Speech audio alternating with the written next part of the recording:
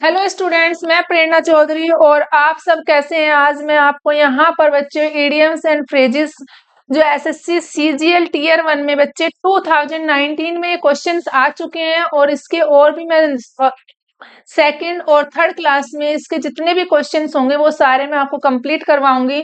लेकिन यहाँ आज मैं इडियम्स और फ्रेजेस की फर्स्ट क्लास दे रही हूँ बच्चे।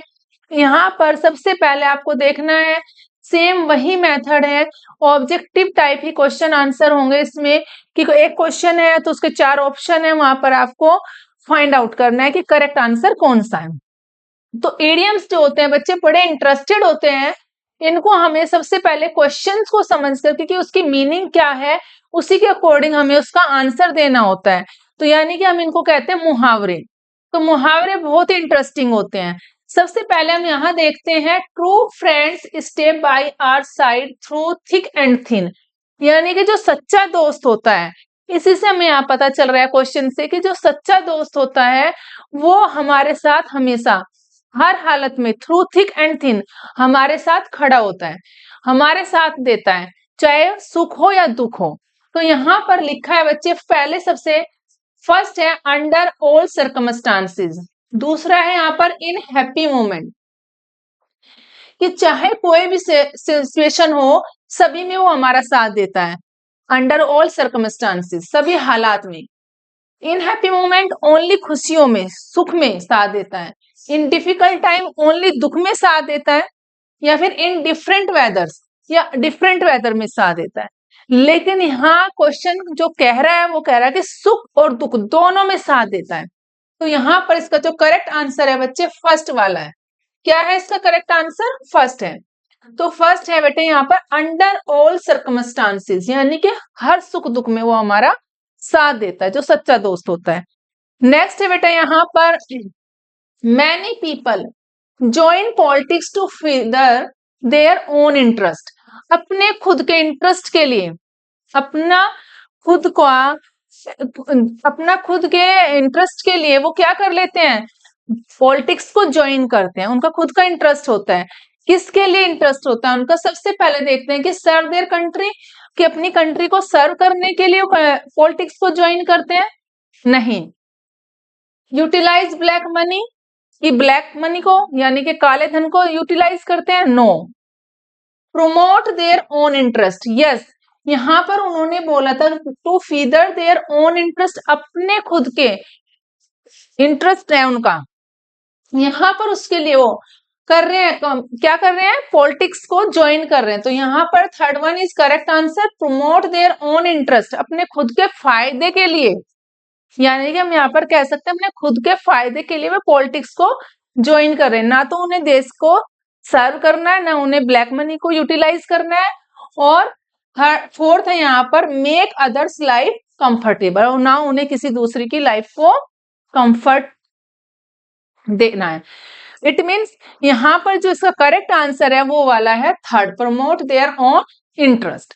तो इससे आपको समझ में आ रहा हो कि कितना इंटरेस्टिंग होते हैं मुहावरे। मुहावरे इंटरेस्टिंग होते हैं और क्वेश्चन से ही हमें आंसर का पता चल जाता है अगर आप थोड़ा सा ट्रिक्स लगाओगे।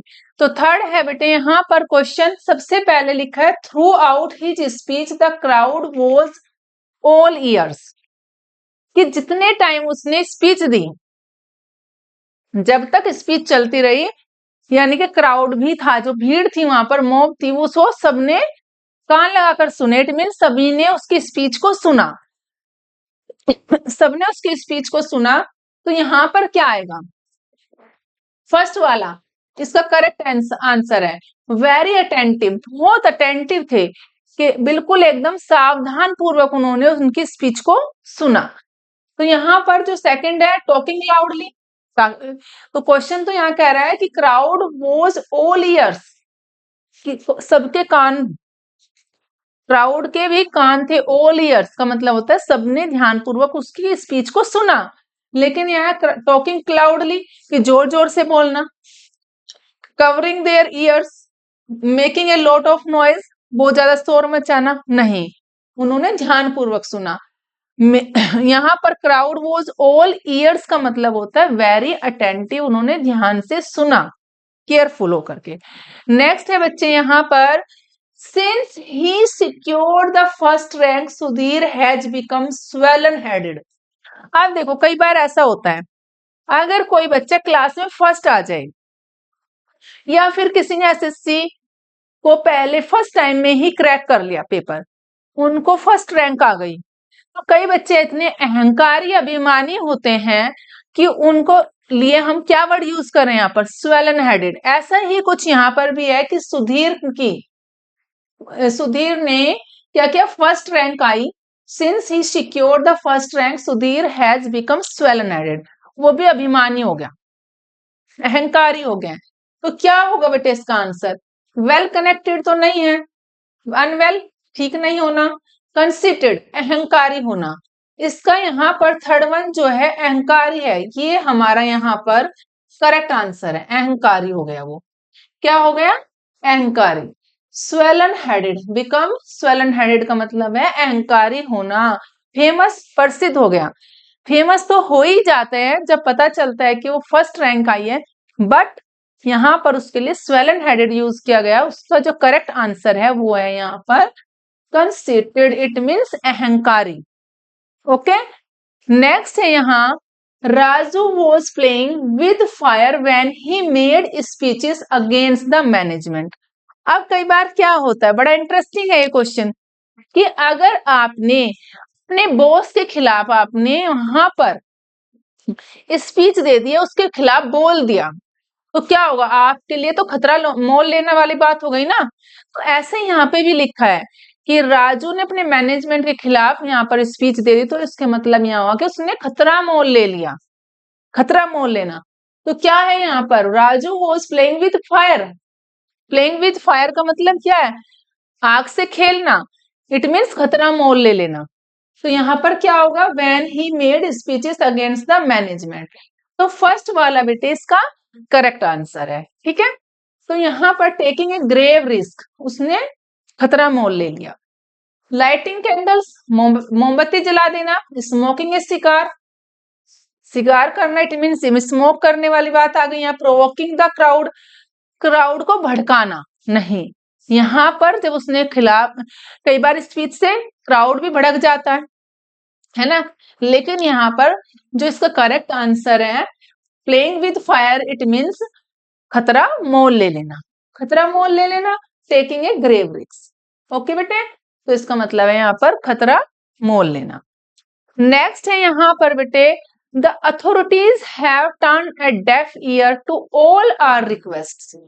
यानी कि जितने भी सत्ताधारी लोग हैं, उन्होंने, अगर हम कहें कि जी हम तो आज इसके लिए, सपोज आपकी कॉलोनी में या आपके एरिया में, आपकी सोसाइटी में इलेक्ट्रिसिटी अच्छे से नहीं आ रही है, या वाटर प्रॉब्लम्स हो रही है, या वाटर लॉस हो रहा है, कुछ भी हो गया, तो आप क्या करोगे, जाओगे पहले एमसीएफ, वहां पर अपनी बताओगे कि ये प्रॉब्लम हमारे एरिया में, लेकिन वहां वे क्या करते हैं, उसको अनसुना कर देते हैं। तो ऐसे ही इस क्वेश्चन में भी लिखा है कि अनसुना कर दिया, बात को अनसुना कर देना। क्या हुआ, turn a deaf ear, it means to all our request, हमारी बातों को अनसुना कर दिया। इसका मतलब है बातों को अनसुना कर देना। किसने कर दिया, जिनके हाथ में उसके अगेंस्ट कुछ एक्शन लेना था, एक्शन लेने की बजाय उन्होंने बातों को सुना ही नहीं, इग्नोर कर दिया, नेग्लेक्ट कर दिया। तो इसका जो करेक्ट आंसर है बच्चे यहाँ पर सेकंड वाला है, नेग्लेक्ट कर देना। टर्न अ डेफ ईयर, बहरे हो जाना, इट मीन्स उनने हमारी बातों को इग्नोर कर दिया। ओके, चलिए नेक्स्ट देखते हैं बच्चे। The idea of making a children's park has been nipped in the bud. Nipped in the bud का मतलब होता है बच्चे शुरुआत में ही दबा देना, बाय द लोकल काउंसिल। अब अगर इसका एग्जाम्पल दे तो हम यहाँ कहते हैं निप इन द बड, कोई भी अगर मैटर हो, पुश अप दबा देना, निप इन द बड शुरुआत में ही। तो यानी कि ये यहाँ पर कह रहे हैं कि बच्चों के पार्क की जो बात चली थी कि बनाना है, उसको उन्होंने शुरू होने से पहले ही दबा दिया, खत्म कर दिया। जैसे ही शुरू हुआ वहीं पर उन्होंने उसे खत्म कर दिया। तो कहाँ शुरू हुआ? The idea of making a children's park has been nipped in the bird by the local council. Local counselling के द्वारा क्या कर दिया उन्होंने? पहले ही खत्म कर दिया। तो इसका जो करेक्ट आंसर है, drop eight an early stage. Drop कर दिया अर्ली स्टेज में ही, जैसे ही वो शुरू हुआ उसकी बात आई कि बनाना है वहां पर बच्चों के लिए पार्क, चिल्ड्रन पार्क, लेकिन उसको शुरुआत में ही खत्म कर दिया। तो इसका जो करेक्ट आंसर है, drop eight an early stage, इसका करेक्ट आंसर है थर्ड वन। ओके, इनक्रेज स्ट्रांगली, उन्होंने इनक्रेज तो किया ही नहीं, ड्रॉप ही कर दिया। चेंज कंप्लीटली, चेंज भी नहीं किया। इंक्लूडेड समवेयर, कहीं और इंक्लूड कर दिया। नो, कुछ और इंक्लूड कर दिया। तो ऐसा कुछ नहीं है यहाँ पर। जो इसका करेक्ट आंसर है थर्ड वन है बेटा। नेक्स्ट यहाँ पर जो है हम देखते हैं, यहाँ पर थर्ड वाला, we now have an ex minister in the running from our constituency for the post of member of parliament. अब हमारा जो पूर्व मंत्री था उसको निर्वाचन क्षेत्र के लिए चुना जाता है। कंटेस्टिंग द सीट, इसका जो करेक्ट आंसर है बच्चे वो है फर्स्ट वाला। यहाँ पर मेंबर ऑफ पार्लियामेंट को एमपी भी बोलते हैं, एमपी की पोस्ट के लिए लड़ रहा है। ओके, सीट एमपी की पोस्ट के लिए जब लड़ रहा है तो वहां पर इसको बोलते हैं निर्वाचन क्षेत्र के लिए, यानी कि सीट से चुनाव लड़ना, contesting the seat. We now have an ex-minister in the running from our constituency. Constituency यानी कि निर्वाचन क्षेत्र के लिए, क्षेत्र से उन्होंने किसके लिए लड़े? For the post of member of parliament. Okay, तो यहाँ पर जो है कंटेस्टिंग द सीट। दूसरा है टीचिंग योगा, योगा सिखाने के लिए। गिविंग स्पीच, स्पीच देने के लिए। जॉगिंग एवरीडे, हर दिन जॉगिंग करने के लिए नहीं। इसका जो फर्स्ट आंसर है, करेक्ट आंसर जो है इसका फर्स्ट है। तो बच्चे ये हमारे इडियम्स एंड फ्रेजेस थे आज की क्लास में। तो आप इनको अच्छे से प्रैक्टिस करना। अगर कोई डाउट हो तो आप मेरे को कमेंट बॉक्स में लिखकर भेज देना और मेरे चैनल को लाइक और शेयर सब्सक्राइब जरूर कर देना।